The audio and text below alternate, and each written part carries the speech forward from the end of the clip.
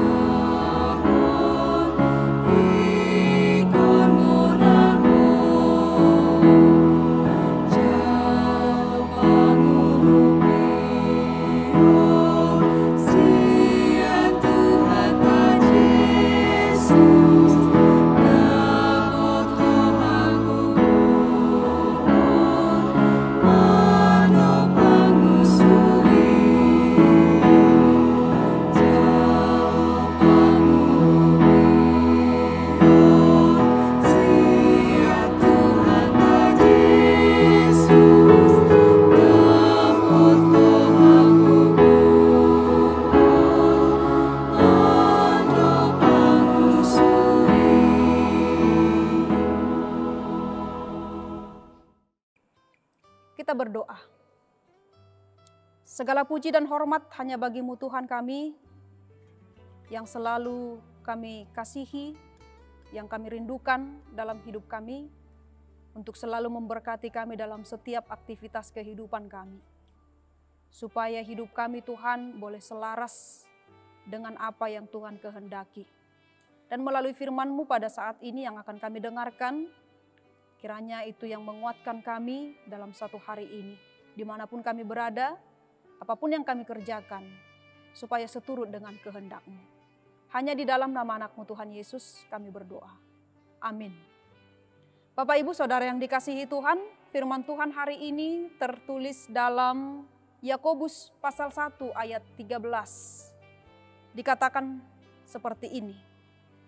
Apabila seorang dicobai, janganlah ia berkata, pencobaan ini datang dari Allah. Sebab Allah tidak dapat dicobai oleh yang jahat, dan ia sendiri tidak mencobai siapapun. Demikian firman Tuhan. Saudara yang dikasihi oleh Kristus, setiap umat manusia tanpa terkecuali akan diperhadapkan pada suatu pencobaan. Yang tentunya pencobaan itu berbeda-beda di antara manusia. Ada yang diperhadapkan pada masalah ekonomi, masalah keluarga, pekerjaan, karir, jabatan, dan lain sebagainya. Pada saat kita mengalami suatu pencobaan, jangan ada yang beranggapan bahwa pencobaan itu datangnya dari Allah. Hal inilah yang ditekankan oleh Yakobus kepada orang Kristen Yahudi yang ada di perantauan, yakni mereka yang tersebar pada daerah itu, dan juga menekankan kepada kita. Yakobus melihat berbagai persoalan yang sedang dihadapi oleh jemaat Tuhan, yakni tentang berbagai pencobaan hidup yang harus mereka alami sebagai kaum pendatang maupun pencobaan iman, sehubungan dengan status mereka sebagai orang percaya. Allah tidak pernah mencobai siapapun, tetapi tiap-tiap orang dicobai oleh keinginannya sendiri, karena ia diseret dan dipikat olehnya. Dan apabila keinginan itu telah dibuahi, ia akan melahirkan dosa. Dan apabila dosa itu sudah matang, ia akan melahirkan maut. Pencobaan memiliki dua dimensi pengertian, yaitu dimensi positif dan juga dimensi negatif. Dimensi positif adalah cobaan itu untuk menguji dan memperbaiki sifat seseorang. Allah tidak mencobai siapapun dalam pengertian negatif. Ia tidak menggoda siapapun untuk menjatuhkan dan menjebaknya. Allah hanya mengerjakan hal yang positif untuk memperbaiki sifat seseorang agar layak menjadi anak sulung di antara semua ciptaannya. Dimensi negatif yaitu menggoda, menunjukkan kelemahan atau menjebak yang dikerjakan oleh iblis. Salah satunya adalah melalui keinginan kita sendiri. Artinya, yang negatif dikerjakan oleh iblis, sedangkan dimensi yang positif itu dikerjakan oleh Allah. Bapak, Ibu, Saudara yang dikasihi Tuhan, ada 3 cara yang ditempuh manusia dalam mencobai dirinya sendiri. Yaitu yang pertama, manusia berpikir melampaui kemampuan, kesombongan intelektual. Manusia berpikir melampaui kemampuan atau kesombongan intelektualnya. Dalam Roma 12 ayat 3 dikatakan, janganlah kamu memikirkan hal-hal yang lebih tinggi daripada yang patut kamu pikirkan. Tapi hendaklah kamu berpikir begitu rupa, sehingga kamu menguasai diri menurut ukuran iman yang dikaruniakan Allah kepada kamu masing-masing. Paulus menggambarkan cara pertama kita mencobai diri sendiri, yaitu berpikir melampaui apa yang boleh dipikirkan. Berpikir melampaui kemampuan yang Tuhan berikan. Itu berarti mencobai diri sendiri yang berakibat pada kejatuhan. Itulah yang sering kita lakukan. Kita sering memikirkan sesuatu yang sebenarnya tidak bisa kita tangkap dalam alam pikiran kita.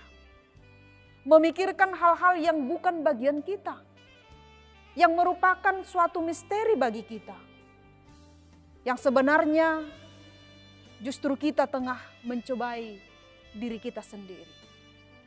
Yang kedua, cara yang ditempuh manusia dalam mencobai dirinya sendiri, manusia selalu mengambil melebihi kebutuhan atau serakah.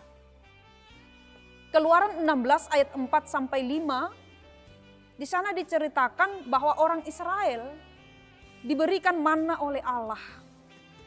Setiap orang diminta mengambil untuk kebutuhan sehari saja. Tetapi ada di antara mereka yang serakah dan menginginkan lebih dari apa yang ditetapkan oleh Allah bagi mereka. Disitulah letak kesalahan dan sumber kejatuhan mereka dalam dosa. Hiduplah secukupnya. Jangan melebihi yang dibutuhkan dan yang ditentukan Tuhan bagi kita. Itu jelas di dalam doa Bapa kami juga. Yesus mengajarkan kita untuk memohon, meminta, berilah kami hari ini makanan kami yang secukupnya. Yang artinya biarkan Tuhan yang mengatur segala kebutuhanmu. Itulah iman yang sungguh-sungguh. Yang ketiga, manusia mengatakan melebihi kebenaran, penipuan, atau memalsukan kebenaran demi kepentingan diri sendiri. Ananias dan Safira misalnya, dalam Kisah Rasul pasal 5 ayat 2 sampai ayat 3. Sepasang suami istri yang sepikir dan yang bersepakat dalam hal yang jahat. Mereka sudah mengatakan sesuatu melebihi kebenaran yang ada. Mereka tidak menyerahkan seluruh harta benda hasil penjualan yang harus dipersembahkan kepada Tuhan. Mereka menyimpan sebagian, tetapi mengatakan sudah memberikan semuanya. Hal itu membuat Rasul Petrus marah, sehingga mereka mendapatkan hukuman yang sangat mengerikan. Tak jarang juga kita selalu terperangkap dalam kecenderungan ini. Untuk mendapatkan pujian orang, kita rela mengangkangi kebenaran, menggeser kebenaran hanya untuk mengangkat nilai diri kita, menipu diri, dan akan terus terjerumus dalam rekayasa dan penipuan yang lebih besar lagi jika itu kita biarkan terlalu lama dalam kehidupan kita. Kita telah mencobai diri sendiri yang membuat kita terjerumus ke dalam perangkap iblis, dan maut sudah menanti kita di sana. Hal inilah yang membuat kita terjatuh dalam kesalahan dan dosa, melawan keinginan dan ketetapan Allah yang akhirnya menjauhkan kita dari kebenaran Allah. Ingatlah, saudara yang dikasihi Tuhan, bahwa segala pencobaan itu tidak datang dari Allah, melainkan datangnya dari iblis dan karena keinginan kita sendiri.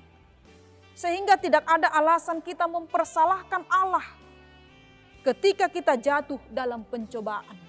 Untuk itu, Bapak Ibu Saudara yang dikasihi Tuhan, mari tetaplah selalu setia, bertekun.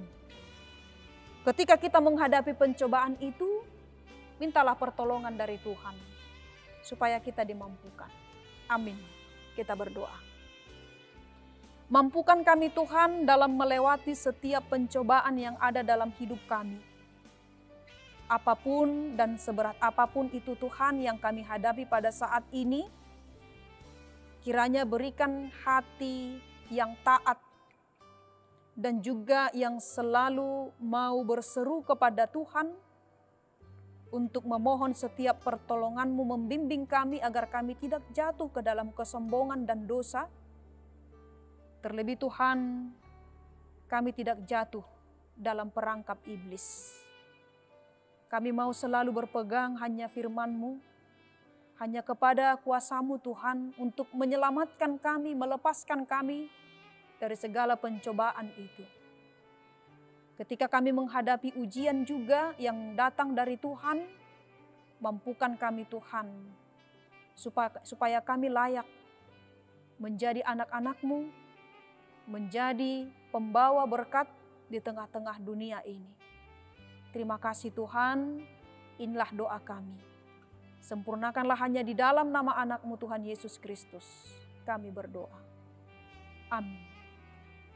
Bapak Ibu Saudara yang dikasihi Tuhan, tetaplah pada protokol kesehatan, selalulah memakai masker, mencuci tangan, dan juga menjaga jarak sampai bertemu kembali. Tuhan memberkati. Shalom.